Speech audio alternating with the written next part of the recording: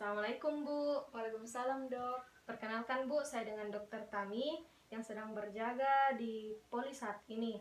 Jadi kalau boleh tahu dengan Ibu siapa? Ibu Suci dok. Ibu Suci. Umurnya berapa tahun Bu? 30 tahun dok. 30 tahun Ibu. Alamatnya di mana Bu? Sinjai dok. Sinjai. Kemudian apa pekerjaannya Ibu? PNS dok. PNS di. Jadi baik Bu, apakah ada yang bisa saya bantu Bu terkait keluhan-keluhan yang Ibu rasakan pada saat ini? Berat badanku menurun dok. Oh, berat badannya turun. Kira-kira berapa kilo turunnya Bu? 1 bulan terakhir ini dok sekitar 7-8 kilo dok. Oh, 7-8 kilo di Bu akhir-akhir ini. Apakah Ibu nafsu makannya baik atau biasa saja Ji Bu? Bagus dok. Bagus Ji Bu. Iya dok. Apakah Ibu akhir-akhir ini merasakan gemetar? Iya dok. Oh, rasakan gemetar di Bu. Iya dok. Kemudian berkeringat banyak juga Bu akhir-akhir ini. Iya dok, apalagi kalau siang-siang dok sering sekali panas. Oh, ya baik. Kemudian apakah akhir-akhir ini Ibu sedikit-sedikit cepat emosi atau marah Bu? Iya dok. Kemudian apakah sekarang Ibu tidurnya terganggu atau bagaimana Bu? Terganggu dok, terus sering juga terbangun dok. Oh, ya baik. Apakah Ibu juga akhir-akhir ini diare atau sedang mencret apa begitu Bu? Iya dok. Ya baik Bu. Jadi Ibu juga tadi bilang gelisah di Bu pada saat tidur. Iya dok. Ya. Kemudian apakah ada keluhan lain Bu yang Ibu rasakan? Iya dok. Keluhannya itu apa Bu? Panas dok. Oh, tidak bisa dengan hawa panas ya Bu? Iya dok. Ya baik Bu, apakah sebelumnya Ibu pernah konsumsi obat-obat? Tidak dok. Oh, tidak pernah di Bu. Iya dok. Bagaimana Bu dengan riwayat penyakit keluarganya? Misalnya ada keluarga yang terkena penyakit gondo sebelumnya atau gula darah yang tinggi? Tidak ada dok. Tidak ada di Bu. Iya dok. Bagaimana kehidupan sehari-hari Bu? Apakah Ibu merokok atau mengkonsumsi alkohol? Tidak dok. Baik Ibu, tidak pernah di. Iya dok. Jadi saya bacakan ulang Bu hasil anamnesisnya. Jadi berat badannya Ibu turun sekitar 7-8 kilo. Kemudian Ibu rasakan gemetar, kemudian berkeringat berlebihan, gelisah, kemudian Ibu juga diare, kemudian Ibu juga sulit tidur. Iya dok. Tapi nafsu makannya baik jadi Bu. Bagus dok. Ya. Jadi menurut hasil dari anamnesis ini, saya mencurigai bahwa Ibu menderita penyakit yang disebut hipertiroid atau peningkatan hormon tiroid atau bisa kita kenal dengan hormon gondo. Jadi untuk menegakkan diagnosis yang lebih jelasnya lagi akan dilakukan pemeriksaan fisik. Jadi apakah Ibu bersedia dilakukan pemeriksaan fisik? Bersedia dok. Baik Bu, selanjutnya yaitu pemeriksaan fisik. Tapi sebelum memulai pemeriksaan fisik, alangkah baiknya saya menjelaskan sedikit terkait apa itu hormon tiroid. Jadi hormon tiroid itu atau biasa dikenal dengan hormon gondok adalah hormon yang berada di depan leher, kemudian berada di kanan dan kiri. Kemudian besarnya itu kira-kira seperti satu ruas jari ibu jari tangannya Ibu. Kemudian biasanya itu berbentuk seperti kupu-kupu atau berbentuk seperti huruf H. Kemudian Bu, saya lanjutkan dengan pemeriksaan fisik yang akan saya lakukan. Jadi yang pertama itu saya akan melakukan pemeriksaan tanda-tanda vital yang terdiri dari pemeriksaan tekanan darah, pernafasan, denyut nadi, berat badan, dan tinggi badan.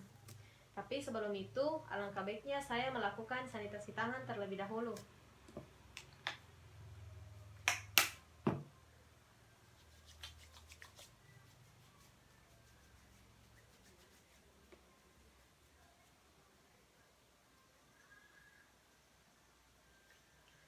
Baik Bu, selanjutnya saya akan melakukan pemeriksaan tanda-tanda vital kepada Ibu.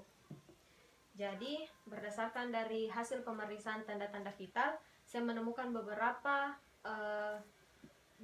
status yang tidak normal, seperti suhu tubuhnya Ibu yang cukup tinggi, yaitu sekitar 38 derajat Celcius. Kemudian saya juga mendapatkan pernapasan ibu yang cepat. Kemudian saya juga mendapatkan tekanan darahnya ibu yang cukup tinggi, yaitu sekitar 140/90.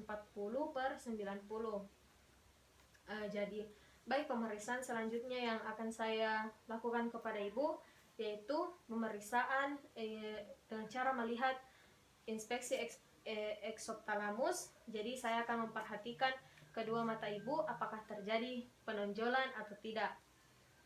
Baik, selanjutnya saya akan melakukan pemeriksaan terkait dengan adanya kelenjar tiroid difus atau pembesaran kelenjar tiroid difus. Jadi caranya itu saya meminta kepada ibu untuk menengadahkan kepalanya. Baik Bu, selanjutnya saya bisa meminta ibu untuk gerakan menelan Bu. Baik Bu, jadi pada saat ibu tersebut, pasien tersebut menelan, apabila kita melihat adanya di bagian kiri dan kanan gerakan yang ikut seperti gerakan menelan, berarti kita bisa mendiagnosis bahwa terjadi tiroid yang difus. Selanjutnya yaitu pemeriksaan tirotoksikosis. Jadi caranya itu untuk mengetahui apakah pasien tersebut tirotoksikosis atau tidak, caranya yaitu kita meminta pasien untuk merentakkan kedua tangannya ke depan Bu. Kemudian bisa dikuatkan Bu. Ya. Selanjutnya kita berikan beberapa lembar kertas di atasnya. Kemudian kita perhatikan apabila terjadi tremor, berarti pasien tersebut mengalami tirotoksikosis. Selanjutnya yaitu kita juga dapat mengetahui apakah ibu tersebut adanya hipertiroid. Kita bisa minta, bisa rentangkan lagi tangannya begini Bu. Kemudian kita bisa meraba pada bagian sini. Biasanya kalau orang yang hipertiroid itu tangannya agak sedikit berkeringat dan hangat. Bisa turunkan Bu. Ya. Selanjutnya kita menentukan stage yang ada pada nodul. Jadi stage-nya itu ada 4. Stage yang pertama itu stage 1A, kemudian 1B, kemudian stage 2 dan stage 3.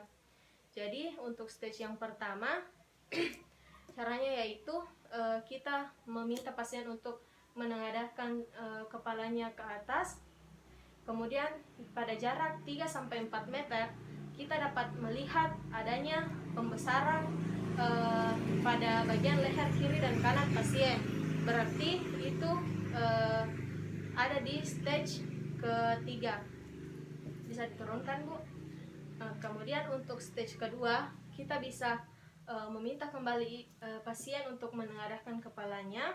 Kemudian pada jarak 1-2 meter kita bisa melihat adanya pembesaran pada bagian leher kiri dan kanan pasien. Selanjutnya untuk stage 1B kita bisa meminta pasien untuk menengadahkan kepalanya. Kemudian kita periksa mulai dari arah belakang. Kita memeriksa yang pertama, kita mencari Adam's apple-nya terlebih dahulu, lalu kita meminta ibu untuk menelan. Kemudian apabila kita merasakan adanya pembesaran pada bagian leher kiri dan kanan, berarti itu berada pada stage ke 1B. Tapi bisa juga diperhatikan pada jarak kurang lebih 1 meter.